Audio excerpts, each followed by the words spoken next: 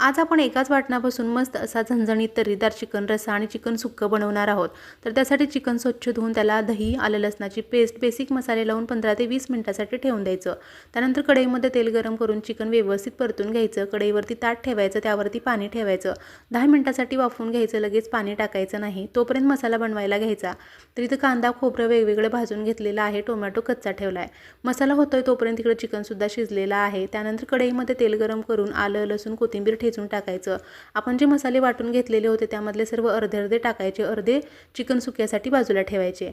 मसाला व्यवस्थित परतून झाला की त्यामध्ये काळं तिखट, हळद, धनेपूड, चिकन मसाला, कसुरी मेथी टाकून व्यवस्थित परतून घ्यायचं। त्यानंतर तयार चिकन सूप आणि अर्धे पीस टाकून 4 ते 5 मिनिट उकळी काढायची। मस्त असा झणझणीत तर्रीदार चिकन रस्सा तयार होतो। आता राहिलेले अर्धे पीस आणि राहिलेला अर्धा मसाला वापरून मस्त असं चमचमीत चिकन सुक्कं सुद्धा बनवलेलं आहे। डिटेल रेसिपी हवी असेल तर चॅनलवरती आहे, पाहू शकता। व्हिडिओ आवडला असेल तर लाईक, शेअर आणि सबस्क्राईब